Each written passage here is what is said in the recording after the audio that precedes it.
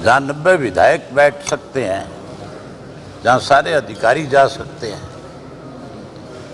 जहाँ 800 के करीब कर्मचारी विधानसभा में इस सेशन के अंदर अपनी ड्यूटियां निभा सकते हैं, वहाँ अगर प्रेस के 100 साथी जाएं, उनका इंतजाम करने के लिए मेरे ख्याल स्पीकर के सामने कोई कठिनाई नहीं होनी चाहिए। और आपका तो प्रेस का तो सारा का सारा सिस्टम जो है वो बिल्कुल अलग से है।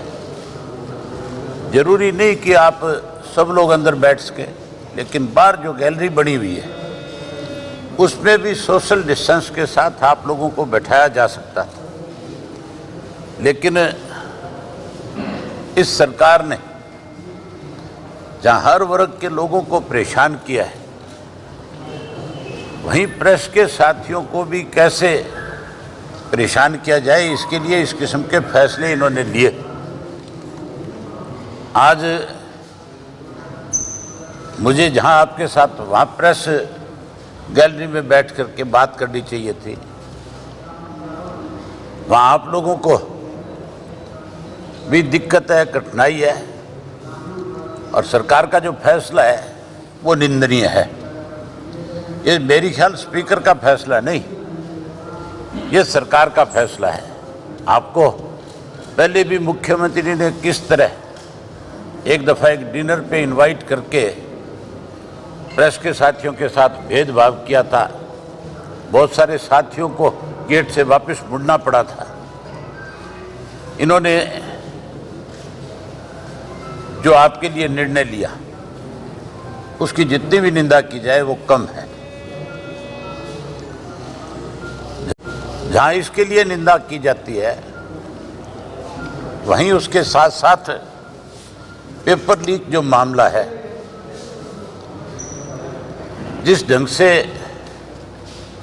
28 बार, एक बार नहीं, 2 बार नहीं, 28 बार इस तरह से पेपर लीक हुए, रद्द किए गए। और जो सबसे बड़ी बात है इसमें, उसमें एक बहुत बड़ा खेल है, इसमें भी भ्रष्टाचार है, इसके अंदर भी बहुत बड़े पैसे का लेन देन है। आज जितने भी हरियाणा में कोई भी पेपर होते हैं, उसके लिए अलग अलग बोर्ड की जिम्मेवारियां होती है। कोई एजुकेशन बोर्ड के अगर एग्जाम है तो एजुकेशन बोर्ड के चेयरमैन की, उसके सेक्रेटरी की, उसका एक कॉन्फिडेंशियल असिस्टेंट होता है, उसकी जिम्मेवारी होती है। इसी तरह कोई अगर सरकारी नौकरी निकलती है, उसके लिए अगर एसएस बोर्ड की कोई सर्विसेज है तो उसमें भी इन 3 लोगों की जिम्मेवारी होती है।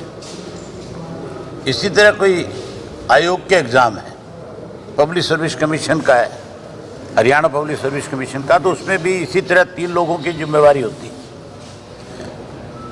और हमेशा से जब कभी भी कोई नौकरी निकलती है, उसके जो फार्म भरे जाते हैं वो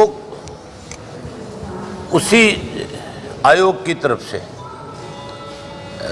नौकरियां निकाली जाती है और उनके फार्म भी आयोग ही लेता है। लेकिन इस बार अलग है, बीजेपी की सरकार में, जेजेपी की सरकार में अब तो फार्म भी जो है प्राइवेट एजेंसियों के माध्यम से लिए जाते हैं, और एक फार्म जो है उसकी कॉस्ट जो है 100 रुपये रखी हुई है।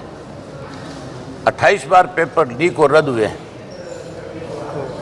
करोड़ों बच्चों ने इसके लिए अप्लाई किया है। अभी जो ताज़ा उदाहरण है उसमें 8 लाख बच्चे थे जिन्होंने 100 रुपये दे करके फार्म अप्लाई करे थे, जो पेपर लीक हुआ था। उसमें 8 करोड़ रुपए इकट्ठा किया गया, वो भी एक प्राइवेट फर्म ने किया।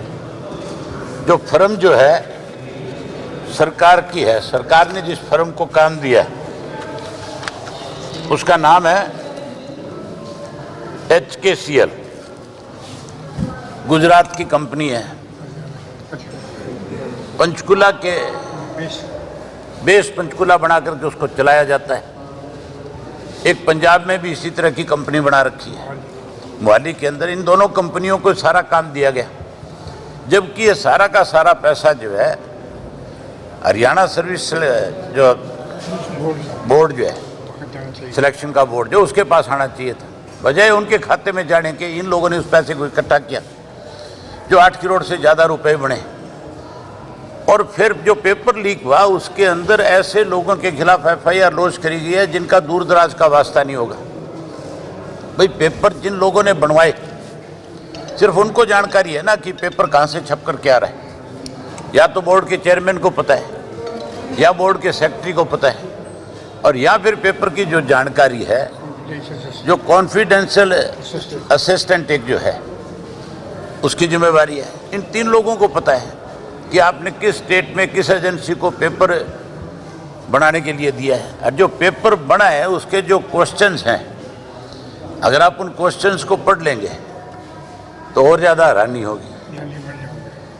इस तरह के क्वेश्चंस दिए गए हैं जिससे पुलिस की भर्ती का कोई दूर दूर का वास्ता नहीं है। उनको पढ़ करके भी हैरानी होती है, हंसी आती है। ये जो 8 करोड़ रुपए इकट्ठा किया गया है, इस पैसे को सरकार में बैठे लोगों ने बांटने के लिए पेपर को लीक किया है। ये पैसा इन लोगों ने खाने का काम किया है। उन बच्चों के तो 8 करोड़ लग गए जो 100 रुपए के नाम से इकट्ठे किए गए।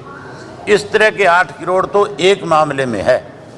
अगर 28 को आप जोड़ करके देखोगे तो ये सैकड़ों करोड़ से ज़्यादा रुपया बनता है। सैकड़ों करोड़ से ज़्यादा रुपया इन लोगों ने खाने का काम किया। ये जो विपक्ष के लोग हाउस में बैठे हैं, पेपर लीक को लेकर के शोर तो मचाया था, लेकिन इस पेपर लीक के अंदर कौन लोग जिम्मेवार हैं उनके नाम नहीं लिए। उन्होंने इन एजेंसियों का जिक्र नहीं किया वहाँ पे, क्योंकि इन बेचारों को जानकारी नहीं है। ये तो पेपर लीक का मुद्दा भी इन्होंने तब विधानसभा में उठाया जब मैं गवर्नर के पास जा करके इन सारे इश्यूज के ऊपर महामहिम से कह करके आया कि इसकी इंक्वायरी हो, और इंक्वायरी करके जो लोग दोषी हैं उनके खिलाफ कार्रवाई हो। तब इनकी आंख खुली कि हमें भी इस पर शोर मचाना चाहिए, हमें भी इस इशू को उठाना चाहिए। लेकिन जो इशू उठाया वो भी आधा अधूरा था। इशू जो उठाने के थे विधानसभा में उनके ऊपर कहीं कोई चर्चा नहीं करी। इशू तो घोटालों के थे, इशू तो किसानों का था। 800 से ज़्यादा किसान जो है पिछले 9 महीने से, जब से ये किसान आंदोलन चला है, उस आंदोलन में 800 से ज़्यादा किसान जो है अपनी शहादत दे चुके हैं, वहाँ पे शहीद हो चुके हैं। इन्होंने एक बार भी उन 800 किसानों को लेकर के कोई ना काम रोको प्रस्ताव दिया, ना कोई कॉलिंग अटेंशन मोशन दिया, ना 0 आवर में इस बात को लेकर के सरकार को घेरने का प्रयास किया, ना शराब घोटाले का जिक्र किया, ना धान घोटाले का जिक्र किया, ना इन्होंने विधानसभा के अंदर रजिस्ट्री का जो घोटाला हुआ उसका जिक्र किया, ना कोई जो दवाइयों की खरीद करी गई 450 करोड़ रुपए का घोटाला हुआ उसका कोई जिक्र नहीं है। जो जरूरी चीज़ें थी जिनको लेकर के विधानसभा में सरकार को घेरा जा सकता था, उनका जिक्र करने की बजाय सारे के सारे कांग्रेसी एक ही बात कह रहे थे। बोला हम जब अंदर आ रहे थे तो हमारे साथ पुलिस ने बदतमीजी करी। पुलिस ने बदतमीजी तुम्हारे साथ, तुमने पहले करी होगी तब पुलिस ने तुम्हारे साथ बदतमीजी करी होगी। रही बात जो अगर की भी थी तो फिर स्पीकर ने जब कह दिया था, सीधा सीधा बोल दिया था कि हम इसकी इंक्वायरी कराएंगे। भूपेंद्र सिंह हुड्डा ने उसका नाम क्यों नहीं लिया? जिस मुलाजिम के बारे में कह रहा था खड़ा होकर के कि मैं उसको जानता हूं लेकिन मैं उसका नाम नहीं बताना चाहूँगा, तो नाम बताना चाहिए था कि किसने उसके साथ बदतमीजी करी है। इसका मतलब बदतमीजी हुई कि नहीं हुई ये चीज़ें तो बाद की है, लेकिन हाउस का जहाँ समय जाया करा वहाँ जरूरी मुद्दों से भी ये लोग चर्चा करने के बजाय, सरकार को घेरने की बजाय कहीं सरकार का बचाव करने में लग गए। क्योंकि कांग्रेस तो आज सरकार की कठपुतली बन करके पूर्ण रूप से जो है आज सरकार के साथ मिलकर के इस प्रदेश को बर्बाद करने पे तुली हुई है। जहाँ ये सारे इश्यूज थे वहीं उसके साथ साथ